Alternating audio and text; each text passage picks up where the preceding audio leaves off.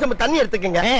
அத தோசைக்கல்ல ஊத்தி அதுக்குன்னு வழக்கமா ஒரு விளக்கமாறு வச்சிருப்பீங்கல்ல? ஆமாங்க. அத அடிப்பக்கமா திருப்பி சரிங்க. வரட்டுன்னு ஒரு 4 இழுப்பு இழுத்து சரிங்க. நல்லா கழுவி விட்டுருங்க. சரிங்க. ஒரு கிண்ண நிறைய மாவு எடுத்து பெரிய ரவுண்டாவும் இல்லாம சின்ன ரவுண்டாவும் இல்லாம சரிங்க. பொதுவா ஒரு ரவுண்ட ஊத்தி 4-5 வெங்காயத்தை போட்டு அள்ளி பொடி பொடியா நறுக்கி அப்படியே மேலாப்ல பரபர தூவி விட்டு சரிங்க. ஒரு நீளமான கேரட் எடுத்து அதையும் பொடி பொடியா நறுக்கி சரிங்க. அப்படியே மேலாப்ல பரபர தூவி விட்டு சரிங்க. ஒரு 16 கரண்டி நெய் எடுத்து சரிங்க. அதுல 6 கரண்டி நெய்ய உள் சைடு அப்படியே லேசா விளாவி விட்டு சரிங்க. 10 கரண்டி நெய்ய தோசைக்கு வெளி சைடு அப்படியே மேலாப்ல விளாவி விட்டு சரிங்க.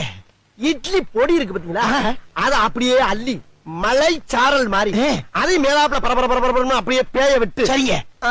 பொத்துனாப்ல அப்படி ஒரு பரட்டு இப்படி ஒரு பரட்டு அப்படி பரட்டி விட்டு அப்படியே ரெட்டி கலர்ல முருக விட்டு அழகா மடிச்சு கம்ம ஒரு ஊத்தப்பத்தை எடுத்துட்டு வாங்க. சரிங்க.